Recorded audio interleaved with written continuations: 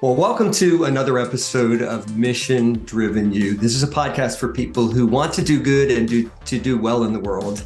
And today I'm excited to host Nancy Erickson. Nancy is a coach on how to write your book. She has the founder of the Stonebrook Publishing, which has won a number of awards. And we're just really excited to have you here. I was interested in this conversation, Nancy, because a lot of the people that I talk to want to figure out what's about a book and how do I write it and all that. So super excited to have you here. Welcome. Yeah, thank you so much, Will. Excellent. So we always start with one question, which is tell us the story of somebody, whether it can be a person or it can be a group, somebody that when you look back on your journey, you can't imagine being here without them. Well, I have to say, I think it's my father, because, okay, number one, he always wanted boys. And guess what he got? Girls. But from my earliest childhood, I remember him saying to me, you can do anything you want. You can do anything you want. And later, as I got to be an adult, my original career was actually in high tech. And he would tell me that don't let the thing about you being a woman get in your way of thinking that you can do anything you want. And so I've done a lot of anythings that I want since then. And I think that he planted that seed. I love that. And I didn't know that about your story. I'm the youngest of six and the only boy. So I have five older sisters. So kudos to your dad. And I'm sure all of the women thank him for the world, and for the contribution you're making. So thank you to him. You bet. Yeah.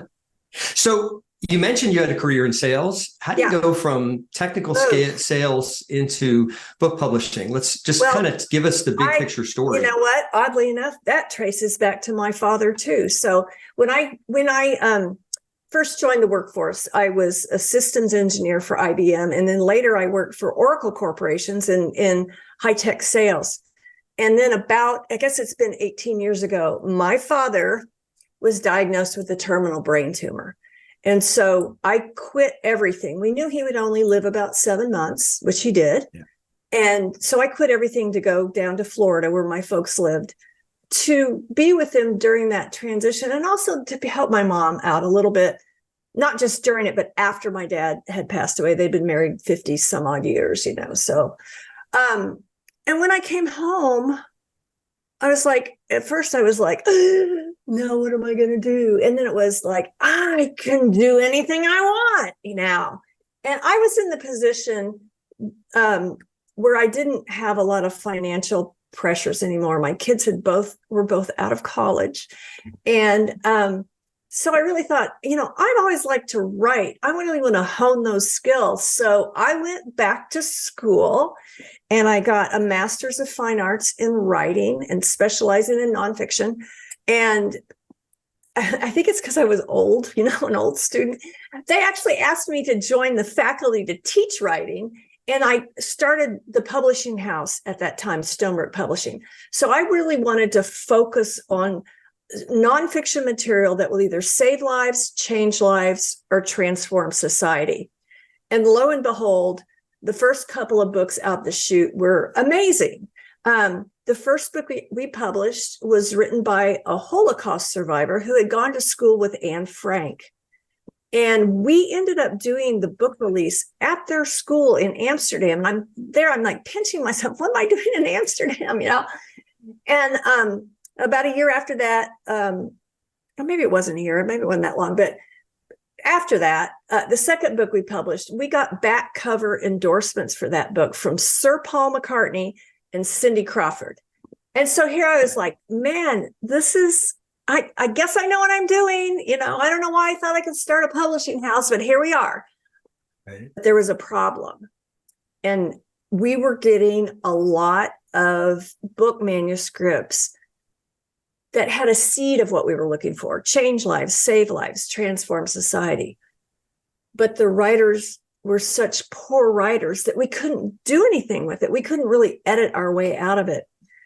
But that didn't mean I didn't still feel responsible for helping the people, because I really think that, we have a lot of problems in our world that nobody can figure out. But I think that the answers are trapped inside of people like you and your listeners, and that when you simply tell your story and what you've been through and what you've overcome, then you become the source of two things that I think you can't live without. And those two things are hope and help. And so these people still, they had a seed of that, of offering hope and help. But I just felt responsible that I couldn't help them in the state that things were. So I took a year and stepped back. I didn't publish anything during that year. And during that time, I wrote a step-by-step process that will take people from their original idea all the way through planning, writing, editing, publishing, and worldwide distribution of their professional book products. So that's how I ended up here. And we've helped an awful lot of people release incredible stories, and they're changing the world by offering up their story, but doing it in a way that is functional and acceptable to readers. Yeah. It's hard to write a book. I've written two, and it was like giving blood. It's a like, hard thing. Have you never done? How do you? Anyway, it's hard to know where to start, and it's like you have all these competing thoughts in your head. You're like, oh, that has to be in my book. But then when you start to put it out, it's like a mess on the page, you know. And so it is hard. And hats off to you, Will, for doing that a couple of times. Thank you. Yeah, I love that. Save lives, change lives, or transform society. What's the impulse there? Like, tell us that there's a story there. I want to hear the story about that. Yeah. We have so many problems in our world. And I don't need to tell you or your listeners that it's almost that we don't even know how to name the problems. They're so complex. But like I said, I really believe that answers are trapped inside of people. And God uses all of us in all of our individual circumstances to create a better world for ourselves and for others. And so I don't know. It's almost like a revelation to me that we can do this, and by helping people to release their stories. So we actually work with a couple of different kinds of clients, and I would say that they're either business clients who are writing business books, and we do a lot of those because maybe that person has been through a lot of things as an entrepreneur and they want to help jumpstart somebody else. But we also have this other classification of writers that I call overcomers. And these are people who have been through something, they have achieved something, they have endured something, they have overcome something. And at that point in time, they felt really alone. Like there was no book to help me. There was nothing there for me. So they want to share their triumphant stories and even procedures or processes to reach back to the person who's still in that situation, just pull them up, give them a hand up and let them know that they're not alone. And also give them, what I said, hope and help. And their hope they get is from the story that the author tells. Oh, well, she did that or he did that, so I can do this. And the help is to actually tell them how to walk out step by step from where you are to get where you want to be. Yeah. And my own personal journey is one of traveling through the rooms of recovery, trying to find recovery and sobriety. And I just ate up every book I could find of somebody that had overcome the same problem that I was suffering from. Yeah. Well, we have that in common. I've been sober for 17 years. And my husband's been sober for 37. So I'm like, I hope I never catch up with you, But we know that when we're at the point where we're really broken by our choices and by the escape that I chose, which was alcohol, that those around us lifted us up and helped us set our path, our feet on a path that we could walk out of the circumstances that we had created for ourselves. Yeah. Wow. Powerful, powerful, powerful. Sometimes even with all the conversations we've had before this, I find things out while we're actually recording. And I think that's amazing. I think that's a sign the universe is telling us. God is bringing things together. Make good things. God is saying, make good things. I'm totally with you on that.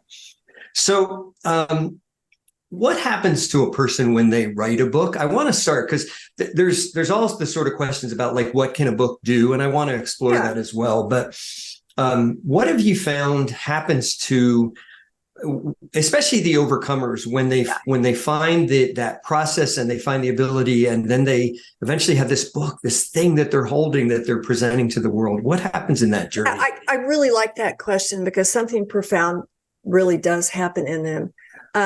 I've worked with a lot of people who have suffered a lot of trauma, a lot of times in their childhood. And so they have had to push it all down to try to function in life. And so when they finally get to the point of telling their book, and I'm not going to say that it's not a painful process. The process is simple. The execution can be painful because as they're sharing these things, they're reliving them. But here's the thing that happens.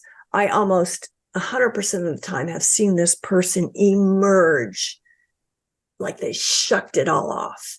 They finally got to tell their story their way, their truth, and it no longer has hold of them. They have control of the narrative of their life, and it frees them a lot. It does. But they also might suffer during the writing because you can't help but write about the things that you've overcome without feeling it again. And but in a lot of ways, it's the last time they feel it that deeply like that.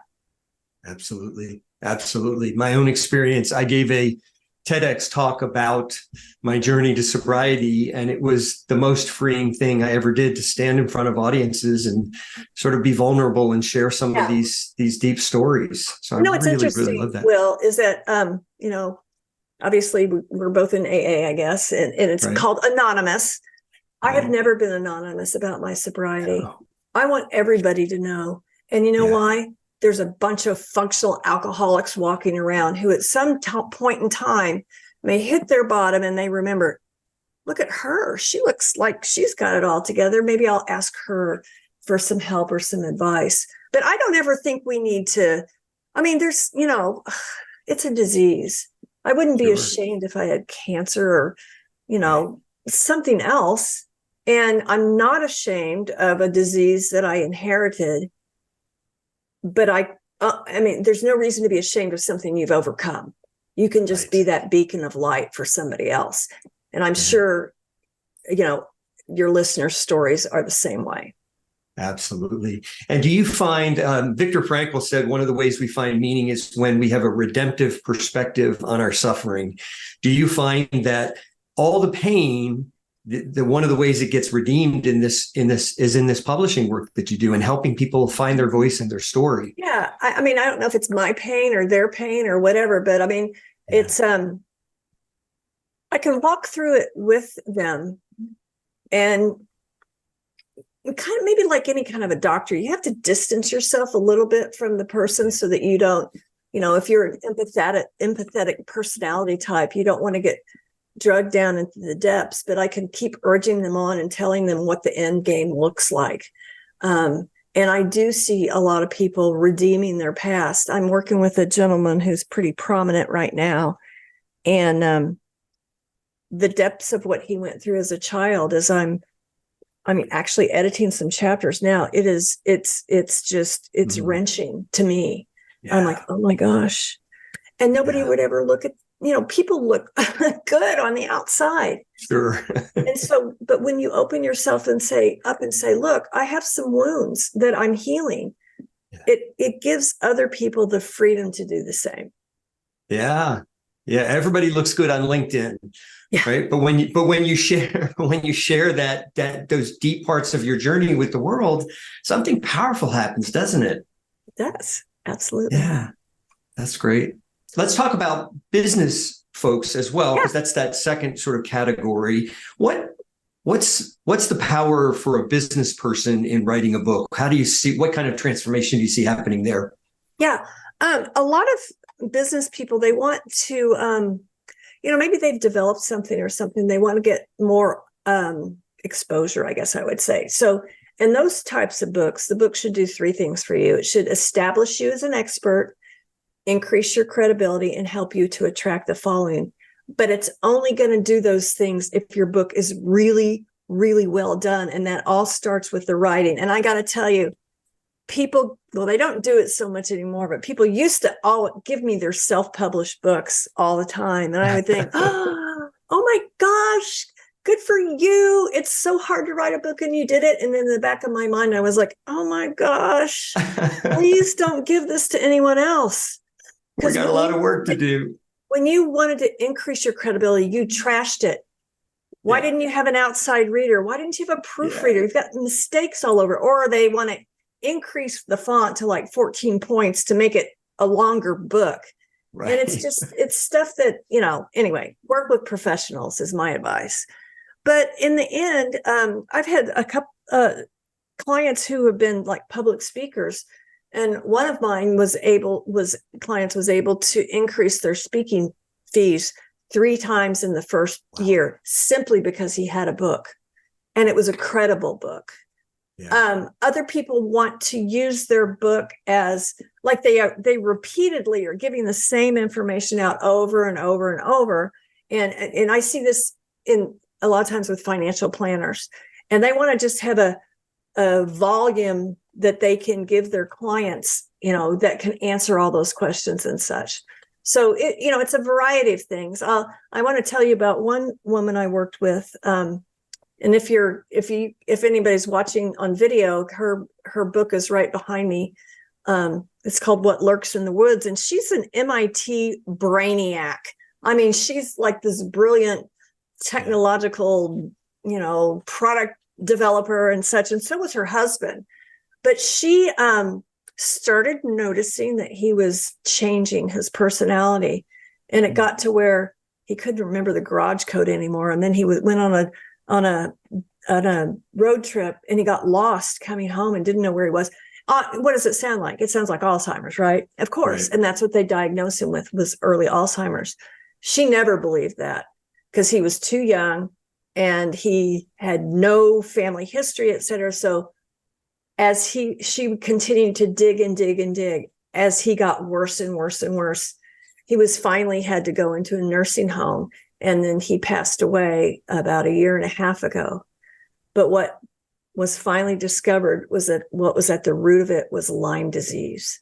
And if he had had the medical intervention at the beginning, he would have been fine. So what is she doing now? So now, okay, she's been the voice of, information about tick-borne illnesses. She's been on the Today Show. She's been in USA Today. She started a medical device company to figure out early interventions for tick-borne illnesses. And when she came to me, she just wanted to write the book about her husband. Yeah, that's powerful. What a powerful story. So how does the process work? How do you work with, because I know I've been to enough seminars and seen enough ads on Facebook and all that everybody's got some process. Oh, yeah. And they sometimes seem a little mystical, but you have this clear record of producing books that do well and do well in the market and are well received. How do you work? Somebody comes to you with an idea. Where does it all start? That's exactly where I want them to come to me with. It's just come with your idea. So what we do is we start out by you answer a series of foundational questions that are intended to help you crystallize your message. And they are things like, why are you even doing this? What's your motivation? Who is your audience? And how will they specifically be changed as a result of reading your material? So there's 12 of these questions. And so we take the answers and we distill them down into a purpose statement that says, the purpose of this book is to do this particular thing for this specific audience, period.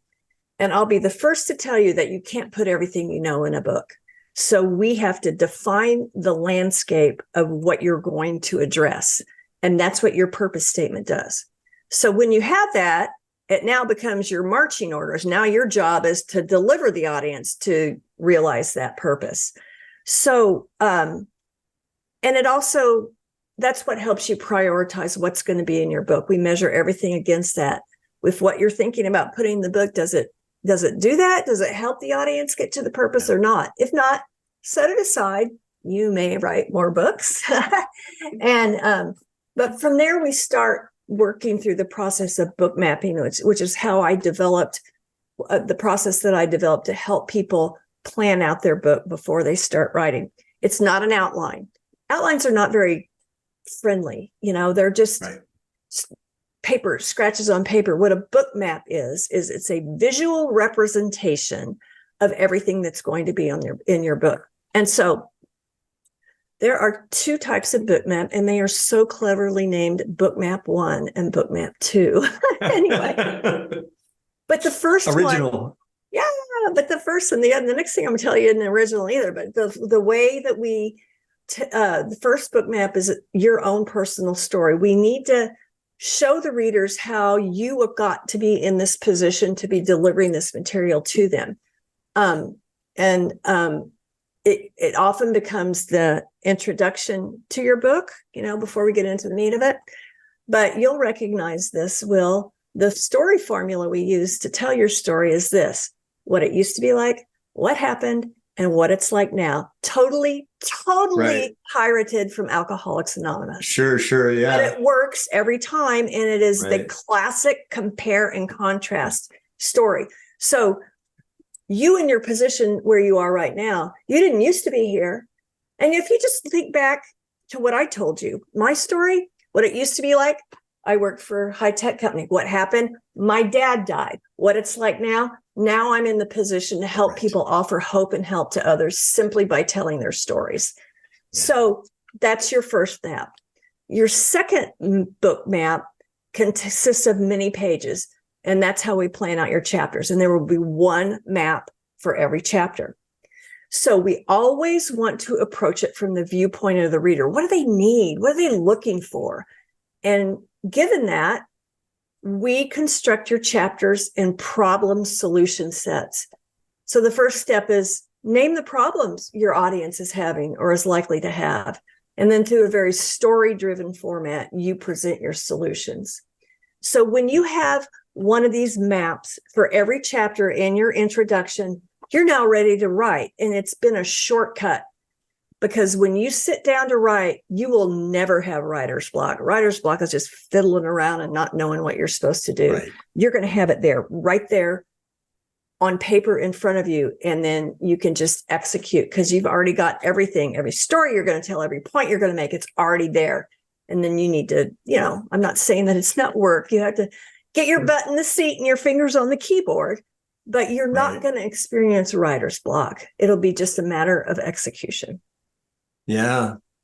What makes a good story? Like what kinds of things, when they come across your desk, you're like, oh, can't wait to, this is an exciting one. I can't wait to get into this. They don't always come to me as a good story. But I like to help the writer find the good story in it.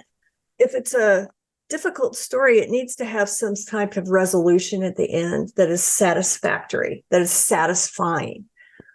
I don't like it when people just write about themselves. There's no point, And I usually make referrals. Oh, I think you'd be great working with so-and-so on this, because that doesn't have any fire in it for me. Right. It doesn't ring any of my bells. If we're not there to help, to extend help to others, then it's really not my type of book. But you'd be amazed at how many things fall under this category of save lives, change lives, transform society.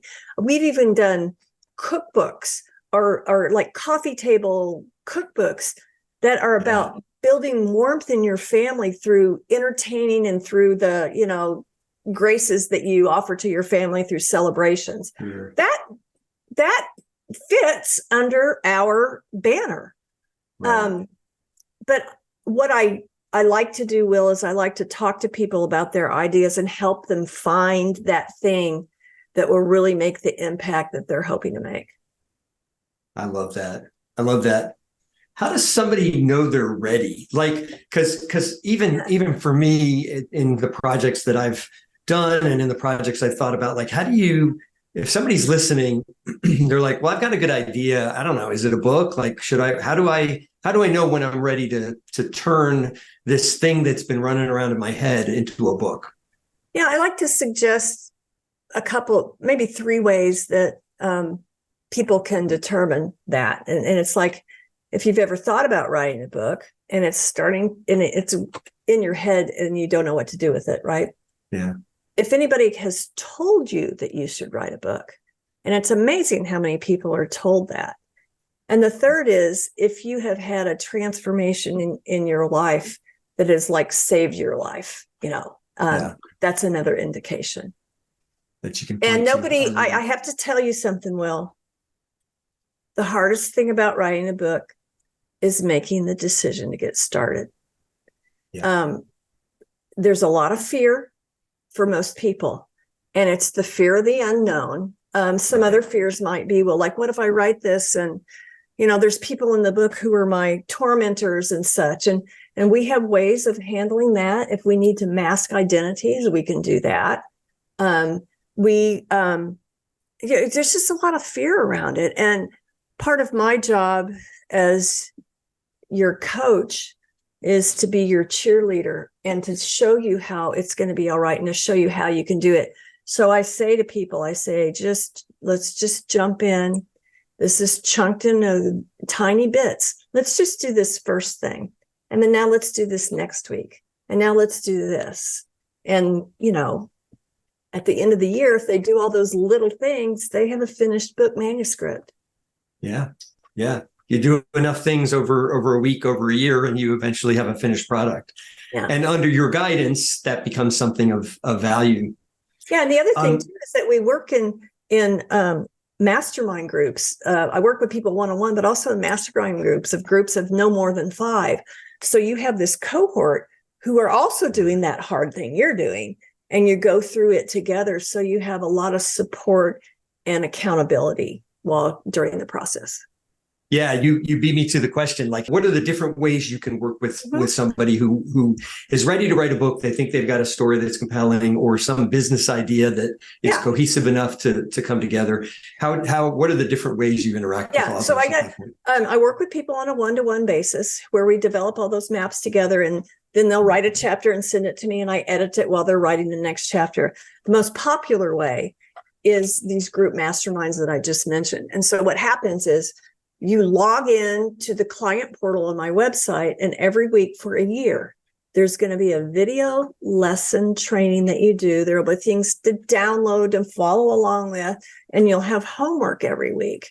And so once a week, our cohort is on a mastermind call for an hour where we talk about what you did that week. And it allows you to vet your ideas with other people. And they're in the same position as you. They're unsure themselves and they've never done it before, but it's amazing the camaraderie that develops between these books, and how interesting it is that how often people have the shared nugget in their book. I don't know, it's uncanny.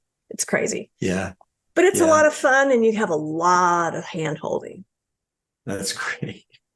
Yeah, I mean, my own experience, not just in recovery, but in other things, is sometimes I need somebody else to believe in me until I can do that myself. Absolutely. And having a group that's committed to you and to your journey, I think could be really powerful. Yeah, it is. It's very helpful. That's great. What are some of the biggest mistakes you see people making before they get to you? I think you mentioned one, but I'd love to hear you. Like, what are some of the pitfalls to avoid? Yeah, I think one of them is they start writing without any kind of a plan. They just start writing and dumping stuff out. And then, they come to me and they've got this, it's just a mess. There's no structure to it. And the most important thing about your book is its structure. That's why we map that all out first. I would say another thing is not believing in their story enough. And I had one gentleman who, I was talking, he never did write his book, but, he had an amazing story. I mean, he had overcome a lot. And then through the power of his faith, things were transformed, et cetera. And he's like, And people have almost like this false modesty, I would say, Will. And he's like, well, who am I to read, who am I to write a book, And I don't know, I think this was from God, but what popped out of my mouth was, who are you to keep it to yourself? We are here to help others. We are not here to have experiences that we just float around on. And I didn't mean to come on so strong. Like I said, he never wrote his book. So maybe it was too much for him. But I'm like, seriously, don't keep your story to yourself. Release it, let it out into the world where it can do its work. Yeah. Yeah. And offer the power of hope and help through your story of redemption, your story of overcoming. Yeah. Very powerful. Speaking of stories, what are some of your success stories? I'd love to hear like a couple of the books that people struggle to get out, or some of the big successes in the market. Yeah. So I told you about Nicole Bell's book, What Lurks in the Woods. Another one that we recently published is called God's Plan Our Circus. And it was written by a gentleman, Clay Boatwright, from Dallas. And he had 3 daughters. One of them, the oldest daughter, was, bright and bubbly and everything. But the 2 twin daughters that were born 2 or 3 years after her were severely autistic, and they're nonverbal. And so they're in their 20s now. But he wrote his book about, the circus of their life and how this was really God's plan for their life. But he's got a pretty amazing, it's like a volunteer career in this world of autism research and support. So he was named by President Obama on the President's Council for Disabilities, and, worked to craft some legislation that would, obviously he's advocating for his daughters and those others who have disabilities. And so, unfortunately, while they were working and trying to, it's a never changing scene when you have special needs children, but his wife died. And so then he was on his own trying to manage this, and he's done beautifully. And I got to tell you something, never complained, never negative, never, oh, woe is me, or what am I going to do, or anything like that. It's like, be a man. He stood up and he took hold of his family, and he said, I'm going to do the best I can for all of my girls. And it's pretty amazing. He's become that voice of hope and help. And he's now, through his book, helping other parents who have disabled children navigate the services and things that they can get for their children. So that was powerful story. Pretty amazing. What about from the business books? Anything that really stands out, like one of the business books that you're like, wow, that has been a really powerful contribution to the world? Yeah, I think it was in 2019 we published the book CEO Tools 2.0 by Jim Canfield. And so Jim is a Vistage speaker. And if you're not familiar with that, that's a group of CEOs who come together once a month and, I don't know what they do. They make their business better together, I guess, but they have high-powered. It's a business mastermind group. Yep. Yes. Thank you. So they have speakers at every meeting, and Jim was a Vistage speaker. So I think he ended up selling 10 or 20,000 copies of his book. Wow. To these CEOs, because it's the step-by-step guide to how to grow your business and get yourself out of it so that it can run itself through other people.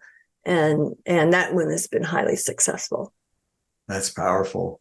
What if somebody comes to you and they're like, well, I'm not sure if I want to write this book or that book. Maybe it's more like a few books or a series. Like, can you help them absolutely think their way through that? Yeah, and that's not unusual. People think, I'm thinking about a couple of things, and I always ask them, which one has the most energy behind it? Which one, when you think about it, you get most excited about? Let's start there, because sometimes people think, well, there's this book I have to write. When I'm done with that one, I'm going to do the one I want. And I'm like, nope, let's do the one you want. Let's do the one that wants to be written, that's ready to emerge from you. Right. And you mentioned something about a series of books. I'm working with several authors who are doing book series. And this would be something that could be really attractive to someone who's, let's say, a financial planner. They have different audiences. And I told you that we have to define your audience, but financial planners have, young investors, young families, people who are getting ready to retire, retirees, and all that. And so I have people like that who are writing a series of books to those different audiences, and it's under the same brand name. Okay. I love that. I don't necessarily need you to tell us the specific cost, but like how expensive is it? Because I've looked at some of these. I'll tell you exactly the Awesome. cost. Okay, great. So the Mastermind is $375 for 12 months, and you get, all these weekly videos and my time and your a lot of instruction and hand holding. In between the publishing and the writing course sits professional editing, and your book has to be professionally edited before it can go out to the market. So we do that as well, and the charge for that is $15 a page right now at the time of this recording.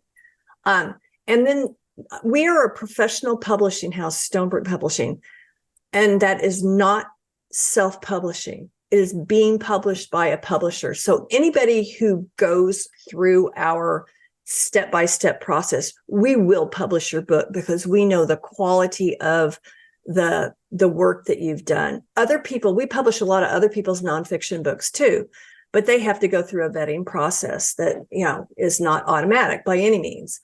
But the cost to publish your book is $7,500.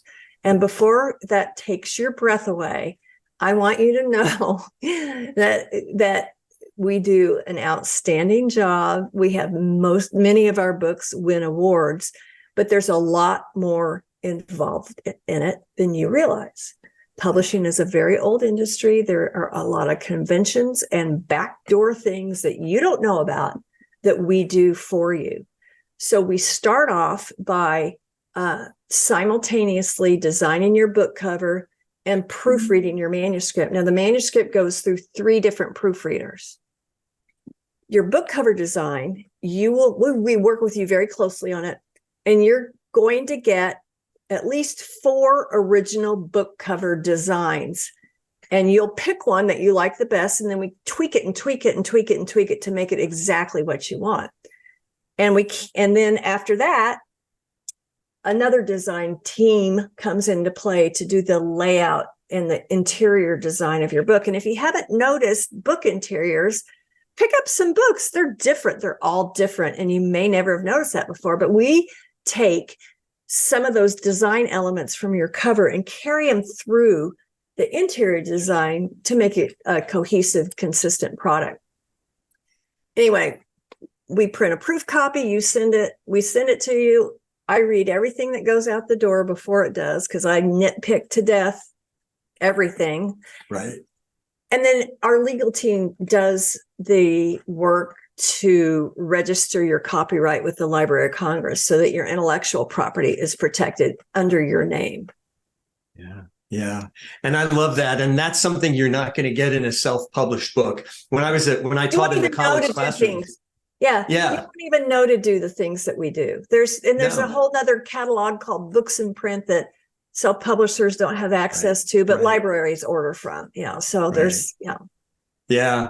I used to teach a research methods class, and there's a book by a guy named Mortimer Van Adler called How to Read a Book. And I used to use that, and I would actually walk my students literally through how to read a book. Why is an index there? Why is a table of contents? How do all those things work? So brilliant. Yeah.